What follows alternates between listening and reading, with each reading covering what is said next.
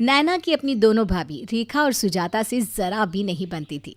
इसलिए नैना अपनी भाभियों से दूर रहती और अपने कमरे में ही अपना ज़्यादातर समय बिताती। ऐसे ही एक दिन नैना अपने कमरे में पढ़ाई कर रही होती है। वहीं दूसरी ओर रेखा और सुजाता गुस्से में आग बबूला होकर नैना की बुराई कर रही होती है। नैना महारानी का कमरा कमरा नहीं बल्कि राजमहल हो गया। हर समय अपने कमरे में बैठी रहती है। ज़रा भी शर्म नहीं आती कि कमरे से बाहर निकलकर कभी भाभीयों के काम में मदद भी करवा दो। पर आखिर वो हमारी मदद क्यों ही करवाएगी?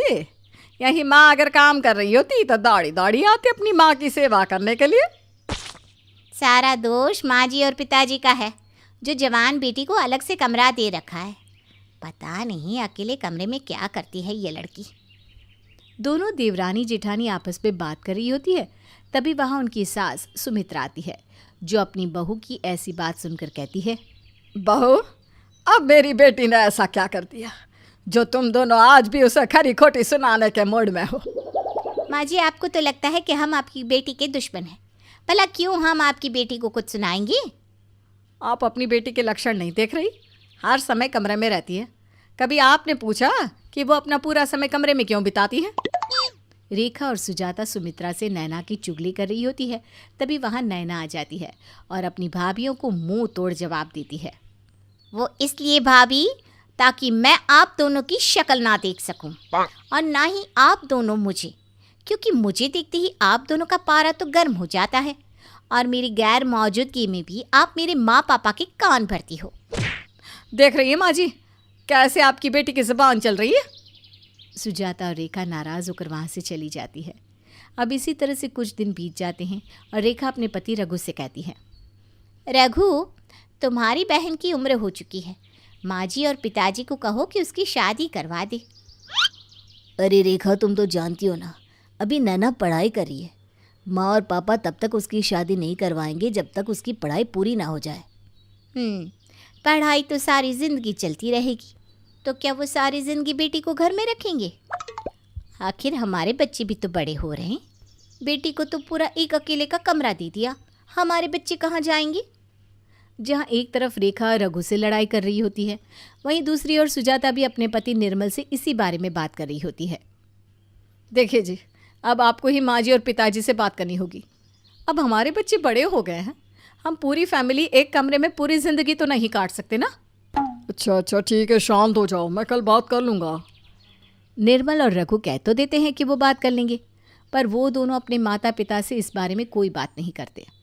जिसके बाद रेखा और सुजाता का गुस्सा बढ़ता ही जाता है और वो दोनों ठान लेती है कि अब वो खुद अपने सास ससुर से इस बारे में बात करेंगी। ऐसे ही एक दिन जब पूरा परिवार एक साथ खाना खा रहा होता है, तब रेखा अपने ससुर से कहती है, पिताजी, मैं क्या कह रही थी कि ननद जी की उम्र हो गई है और लड़कियों की शादी ना सही उम्र पर हो जाए तो अच्छा है। बहू, नैना की शादी की चिंता मत करो। मेरी बेटी की जब पढ़ाई पूरी हो जाएगी तो मैं खुद अपनी बेटी की धूमधाम से शादी करूँगा। पिताजी, पढ़ाई का क्या है? पढ़ाई तो पूरी ज़िंदगी चलती रहेगी और पढ़ाई शादी के बाद भी तो की जा सकती है ना। वैसे भी ननद जी अकेले कमरे में रहती है। अब हमारे बच्चे भी तो बड़े हो रहे हैं, हमारे बच्चों को भी तो एक कमरा चाहिए और ननद जी की शादी हो जाएगी तो मेरे और जेठानी जी के बच्चे एक कमरे में अपना गुजारा चला लेंगे। भाभी, अब आई ना आप मुद्दे की बात पर। तभी मैं बोलूँ, आपको मेरी शादी की इतनी चिंता क्यों होने लगी? पापा, इन्हें मेरी शादी की चिंता नहीं, इन्हें जलन है, क्योंकि मेरा अलग से एक कमरा है और ये मेरे उस कमरे पर भी अपना हक जमाना चाहती हैं। नैना, सोच समझ कर बोलो, हम तुमसे बड़े हैं, औहदे में तुम्हारी भाभी, समझी? और वैसे भी क्या गलत कहा मैंने? हाँ, बिल्कुल सही कह रही है जेठानी जी। और बेटियों का घर में कोई हिस्सा नहीं होता। शादी करो और अपना घर संभालो। हम भी तो किसी के घर की बेटियां हैं, क्या हमने शादी नहीं की? भाभी, आप में और मुझ में फ़र्क है, समझिए आप। नैना, भाभी से माफ़ी मांगो। भूल गई क्या कि अपने बड़ों से किस तरह बात की जाती है? हमने तुम्हें यही सिखाया है? रहने दीजिए पिताजी, आप लोगों की ही गलती है। आप लोगों ने ही इन्हें सर पर चढ़ा दिया। और रही बात बदतमीज़ी की, तो ये तो हमसे इसी तरह हमेशा बात करती है। घर का माहौल इतना ज़्यादा गर्म हो जाता है कि नैना वहाँ से गुस्से में उठकर चली जाती है और सुमित्रा भी बिना खाए वहाँ से चली जाती है। ये सब देखकर रेखा और सुजाता को बहुत खुशी मिलती है। अब समय यूं ही बीतता है और समय के साथ साथ रेखा और सुजाता अपने पतियों के साथ मिलकर अपने सास ससुर के हर समय कान भरने लगती है। देखिए पिताजी, नैना मेरी छोटी बहन है। हम नैना के कोई दुश्मन तो नहीं है। वो तो अभी नादान है, उसे हमारी बात समझ में नहीं आ रही। पर आप तो समझदार है ना। तुम कहना क्या चाहते हो? यही पिताजी कि रेखा और सुजाता बिल्कुल सही कह रही हैं। नैना 24 साल की हो चुकी है और अपने घर में सभी लड़कियों की शादी हो गई। अब नैना की भी शादी के बारे में हमें सोचना चाहिए ना। और हमारे बच्चे भी तो बड़े हो रहे हैं और घर में कमरे कम है। बेटा, अगर तुम्हें अपने बच्चों की इतनी ही चिंता है तो मैं नैना से बात करूंगी। तुम अपने बच्चों को नैना के साथ सुला देना। मैं जानती हूँ मेरी बेटी को कोई दिक्कत नहीं होगी इससे, पर जब तक उसकी पढ़ाई पूरी ना हो जाए उसकी शादी की बात मत करो। वो अभी पढ़ाई करना चाहती है। अब आप दोनों बड़े हैं, मैं आप दोनों के खिलाफ कैसे जा सकता हूँ? जैसी आप दोनों की मर्जी। इस तरह से रेखा और सुजाता नैना के कमरे में अपने बच्चों का सामान रख देती है। अब नैना के कमरे में नैना से ज़्यादा हक उनके भतीजा और भतीजी के थे। इतना सब कुछ होने के बाद भी रेखा और सुजाता को शांति नहीं मिलती। हमारे बच्चे को तो नैना ने कमरे में रहने की इजाज़त दे दी, पर आखिर कब तक हमारे बच्चे फर्श पर सोएंगे और वो महारानी बेड पर? मुझे तो समझ में नहीं आता, आखिर नन्ना जी की शादी करवाने में पिताजी और माँ जी को दिक्कत ही क्या है? अरे 24 साल की तो हो गई है। मुझे तो लगता है कि हमें सारी जिंदगी इसे झेलना पड़ेगा। मैं क्या कह रही थी, क्यों ना एक बार और माँ जी से बात करें? वैसे भी ना मेरी नज़र में एक लड़का है, क्या पता माँ जी को लड़का पसंद आ गया। अगर ऐसा हुआ तो वो शादी के लिए हाँ कर दें। अरे तो फिर देर किस बात की है, अभी चलकर माँ जी से बात करते हैं। वैसे लड़का करता क्या है? किसी कंपनी में काम करता है, महीने के 25,000 तक कमा लेता है। और ख़राबी क्या है, लड़का सुंदर है और इतने में तो दोनों पति पत्नी का काम चल ही जाएगा। हाँ, वैसे लड़का इतना बुरा भी नहीं है। तेरे पास अगर फ़ोटो है तो माँ जी से बात करते हैं ना। फ़ोटो का क्या है, एक बार इधर से हाँ कह दो तो फ़ोटो तो 2 मिनट में आ जाएगी। रेखा और सुजाता पूरी प्लानिंग बना लेती हैं कि वो दोनों मिलकर अपनी ननद को इस घर से निकाल कर ही रहेगी, और इसीलिए रेखा और सुजाता सुमित्रा से बात करने जाती हैं। माँ जी, आप नाराज़ मत होना, पर सुजाता की नज़र में एक लड़का है। लड़का बहुत सुंदर है और नैना जितना पढ़ा लिखा भी है, बहुत अच्छी कंपनी में काम भी करता है। घर परिवार भी बहुत अच्छा है और लड़की का नेचर भी, और लड़का कमाता भी बहुत अच्छा है। अब एक माँ बाप को क्या चाहिए, यही ना कि उनकी बेटी ससुराल में खुश रहे।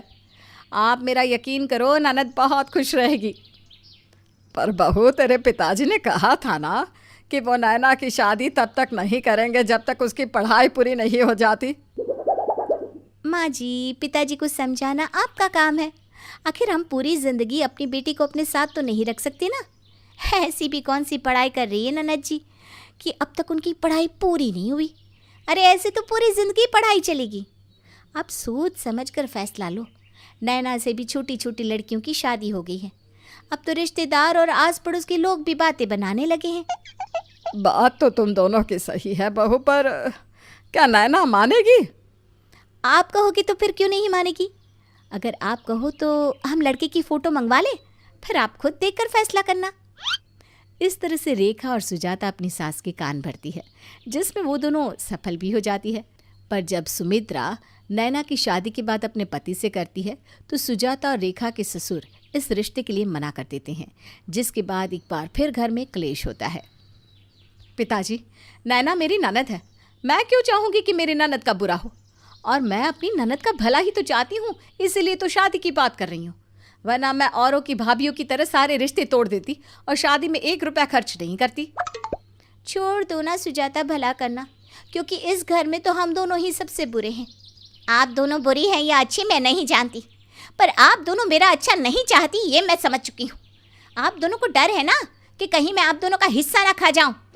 अरे अरे अरे, हमें क्यों डर होगा?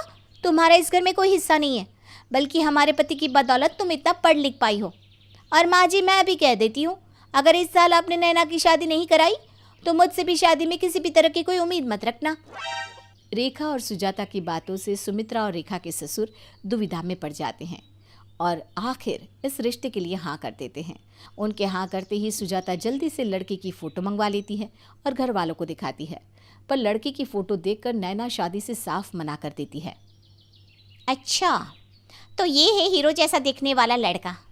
आप दोनों ने मेरी शादी इस लड़के से करवाने की सोची? हम दोनों का कोई मैच नहीं है भाभी, समझिए आप। ननद जी, आप कोई हूर की परी नहीं है, लड़का आपसे तो अच्छा ही है। माँ और पिताजी के कहने पर मैंने शादी के लिए हाँ कही है, पर इसका मतलब ये नहीं कि मैं किसी भी लड़के से शादी कर लूँ। नैना क्यों नाराज़ हो रही हो? एक बार लड़के को देख तो लो, क्या पता तुम्हें लड़का पसंद आ जाए। और लड़का फ़ोटो में ऐसा लग रहा है, पर तेरी भाभी बता रही है कि वो दिखने में काफ़ी सुंदर है। भैया, मुझे भाभी की बात पर विश्वास नहीं है, मुझे नहीं करनी इस लड़के से शादी। नैना अपना फैसला सुनाकर अपने कमरे में चली जाती है और रोने लगती है। वहीं दूसरी ओर रेखा और सुजाता अपने सास ससुर के कान भरती है, जिसके चलते नैना के पिता लड़के को देखने के लिए राज़ी हो जाते हैं। अगर ऐसी बात है तो एक बार लड़के को देखने में हर्ज ही क्या है। तुम कुछ दिनों में लड़के वालों को बुला लेना, एक बार देख कर बात कर लेंगे। यही तो मैं आपको कब से समझा रही थी पिताजी, पर नैना है जो पूरी बात सुनी नहीं कि चिल्लाने लग जाती है। जाइए, एक बार जाकर अपनी बेटी को तो संभाल लीजिए। उसकी चिंता तुम मत करो, मान जाएगी वो भी। अपने सास ससुर की हाँ सुनकर रेखा और सुजाता की खुशी का ठिकाना नहीं रहता। आज वो दोनों बहुत ज़्यादा खुश थी। आखिरकार वो दोनों जो चाहती थी वो बहुत जल्द पूरा होने वाला था। जहाँ एक तरफ दोनों देवरानी जेठानी खुशी से फूलने ही समा रही थी, वहीं माता पिता नैना से बात करने जाते हैं और समझाने की कोशिश करते हैं। नैना बेटा, समझने की कोशिश कर, अब तो बच्ची नहीं रही, तेरी उम्र हो चुकी है, और वैसे भी घर में रोज़ रोज़ क्लेश अच्छा नहीं होता। माँ, क्या गारंटी है कि मेरे जाने के बाद इधर का क्लेश खत्म हो जाएगा? आप नहीं समझ रही हो, पर ये सब ना भाभी की चाल है। वो मुझे इस घर में बर्दाश्त नहीं कर सकती, इसलिए किसी भी लड़के से मेरी शादी करवा देना चाहती हैं। नैना बेटा, वो दोनों तेरी भाभी है, तेरा बुरा नहीं चाहेंगी। और पापा, आप क्या चाहते हैं कि आपकी बेटी दुखी रहे? क्या आपको दिखाई नहीं दे रहा कि मैं इस रिश्ते से कितनी दुखी हूँ? मैं इस लड़के से शादी नहीं करना चाहती, और जब शादी ही नहीं करनी तो लड़के वालों को घर क्यों बुलाना? अरे अरे बेटा, तू ऐसा क्यों बोल रही है? इसलिए माँ, क्योंकि मुझे ऐसा लग रहा है जैसे मैं आप लोगों के लिए बोझ हूँ। पापा, क्या मैं आपके लिए बोझ हूँ जो आप इतनी जल्दबाजी में मेरी शादी करवाना चाहते हो? नैना की बातें सुनकर उसके पिता कोई जवाब नहीं दे पाते और वो सुमित्रा के साथ वहाँ से चले जाते हैं। इसके बाद सुमित्रा और उसका पति फैसला करते हैं कि वो अपनी बेटी की शादी इस लड़के से नहीं करवाएंगे। सुमित्रा अपनी दोनों बहुओं से जाकर ये बात कह देती है। सुजाता बहू, बुरा मत मानना, पर नैना को ये लड़का पसंद नहीं है। तेरी नज़र में कोई दूसरा लड़का हो तो बताना। अब शादी तो करनी ही है तो ढंग के लड़के से क्यों ना करे। माँ जी, खराबी तो इस लड़के में भी नहीं है, पर आप लोगों ने मन ही बना लिया है तो मैं क्या कर सकती हूँ। कोई बात नहीं माँ जी, ये लड़का ना सही कोई दूसरा ही सही, नैना की शादी की जिम्मेदारी हम दोनों पर छोड़ दो। हम अपनी ननद के लिए बहुत अच्छा लड़का देखेंगे। सुमित्रा अपनी बहुओं से बात करके चली जाती है, पर रिश्ता मना होने की वजह से सुजाता का मुंह सड़ जाता है और रेखा उसे समझाने की कोशिश करती है। देखा दीदी, कैसे इन्होंने एकदम से बेटी की बात में आकर इस रिश्ते के लिए मना कर दिया। अरे कोई बात नहीं ना, अगर इस रिश्ते के लिए मना कर दिया तो क्या हुआ, पर कम से कम शादी के लिए तो हाँ कर दिया। ये लड़का ना सही कोई दूसरा लड़का ही सही, और वैसे भी अब उस नैना की जिम्मेदारी हमारे ऊपर है। अब तो देखना, इसी साल में उस नैना की मैं शादी करवा दूंगी और उसे इस घर से निकाल दूंगी, जिसके बाद उसके कमरे पर हमारे बच्चों का हक होगा। फिर हमारे बच्चे आराम से कमरे में रहेंगे जैसे वो नैना महारानी रहती थी। बात तो अब बिल्कुल सही कह रही दीदी, इसलिए अब हमें देरी नहीं करनी चाहिए और अपने काम पर लग जाना चाहिए। सुजाता और रेखा नैना का बुरा चाहती थी, इसलिए वो दोनों उसकी शादी की जिम्मेदारी भी अपने सर ले लेती है। अब रेखा और सुजाता मिलकर नैना के लिए लड़के देखने लगती है और आखिरकार वो लोग राहुल नाम के एक लड़के को पसंद करती है जो नैना से काफ़ी कम पढ़ा लिखा था। माँ जी देखिए, अब इस बार मना मत करना और आपकी बेटी को भी मना लेना। इतने अच्छे रिश्ते बार बार नहीं आते। लड़के में कोई खराबी नहीं है, हमारी नैना इस घर में बहुत खुश रहेगी। बहू, अब अगर तुमने देखा है तो लड़का तो अच्छा ही होगा। मैं नैना से बात करूँगी। अब सुमित्रा नैना से बात करती है। बेचारी नैना भी इस बार कुछ नहीं कह पाती और चुपचाप अपने घर वालों की बात मान जाती है। बहुत जल्द नैना की शादी राहुल से हो जाती है। शादी के बाद नैना बहुत खुश होती है और जब पग फेरे की रस्म के लिए अपने घर आती है तो रेखा और सुजाता उसकी खुशी देखकर हैरान हो जाती हैं। नैना अपनी भाभीयों से अकेले में कहती हैं, माफ़ करना भाभी, मैंने हमेशा आप दोनों को बुरा समझा, पर आप दोनों ने हमेशा मेरा भला चाहा। आखिरकार आपकी वजह से ही तो राहुल मुझे मिले हैं। माना कि राहुल जी मुझसे कम पढ़े लिखे हैं, पर वो मुझसे भी ज़्यादा तेज़ हैं और मैं उनके साथ बहुत खुश हूँ और मेरे पास अब किसी भी चीज़ की कमी नहीं है। नैना की खुशी देखकर रेखा और सुजाता अंदर ही अंदर जलने लगती हैं। नैना और सुजाता अपनी चाल में तो कामयाब हो गई थी, पर अफसोस नैना इस शादी से बहुत खुश थी, जिस वजह से रेखा और सुजाता की चाल उन्हीं पर भारी पड़ जाती है और वो अपनी ननद की खुशी देखकर अंदर ही अंदर जलती रहती हैं। अंजलि की उम्र लगभग 30 साल हो चुकी थी। वो एक स्कूल में टीचर की जॉब करती थी। अंजलि के घर में उसकी माँ के अलावा उसका छोटा भाई और भाभी भी रहा करते थे। 30 साल की उम्र होने के बाद भी अंजलि की अब तक शादी नहीं हुई थी।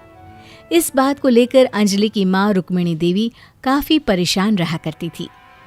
माँ, मैं स्कूल जा रही हूँ, जरा मेरा टिफिन तो दे दीजिए। अब क्या पूरी जिंदगी मैं तुझे टिफिन बनाकर देती रहूंगी? अरे कुछ सोचा भी अपने बारे में या बस ऐसे ही? क्या माँ, सुबह सुबह फिर वही बातें लेकर बैठ गई?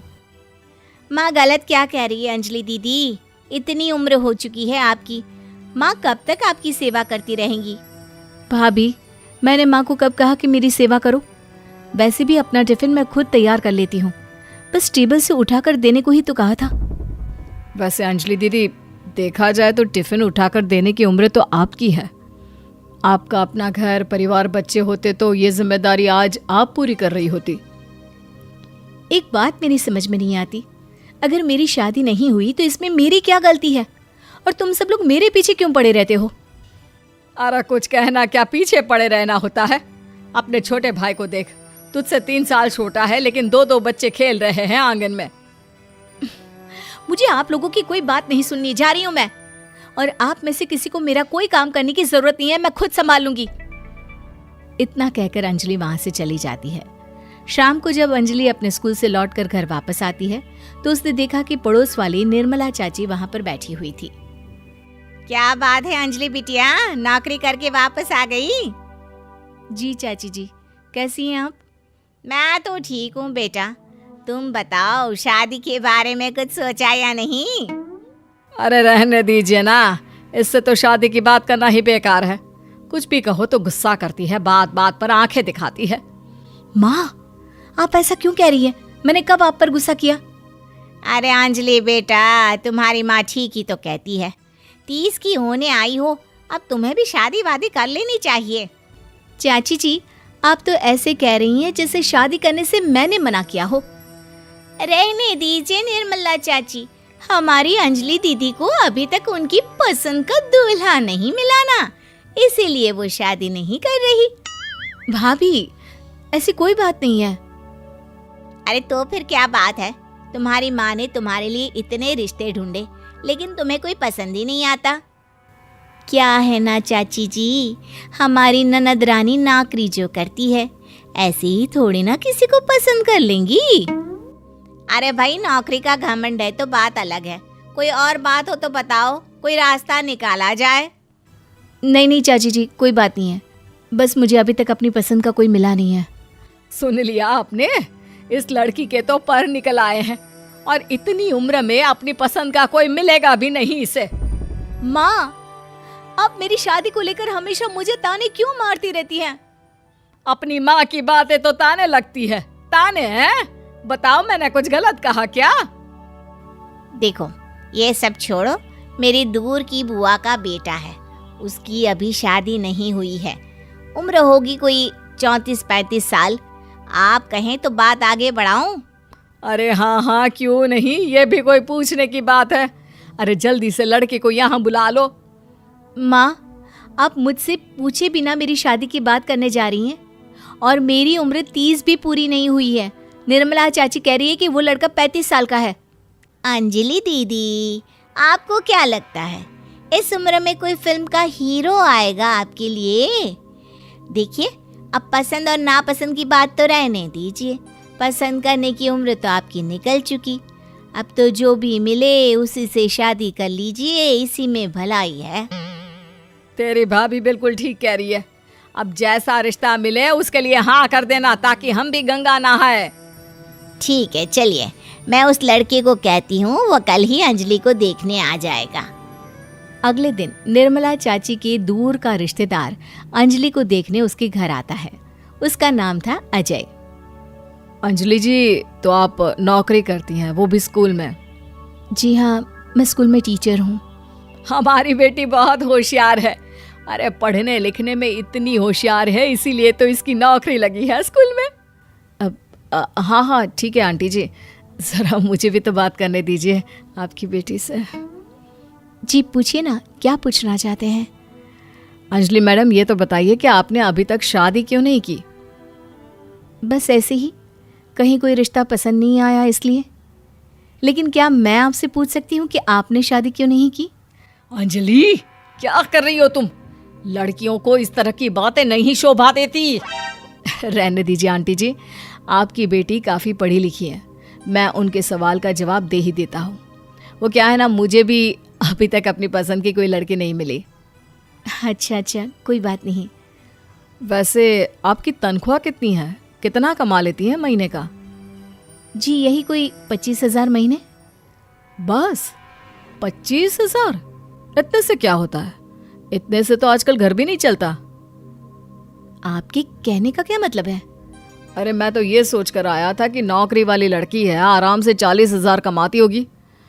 माफ़ कीजिएगा, आपका और मेरा रिश्ता नहीं हो सकता। जी कोई बात नहीं, मुझे भी आपके साथ शादी करने में कोई इंटरेस्ट नहीं है। अंजलि, किस तरह की बात कर रही हो?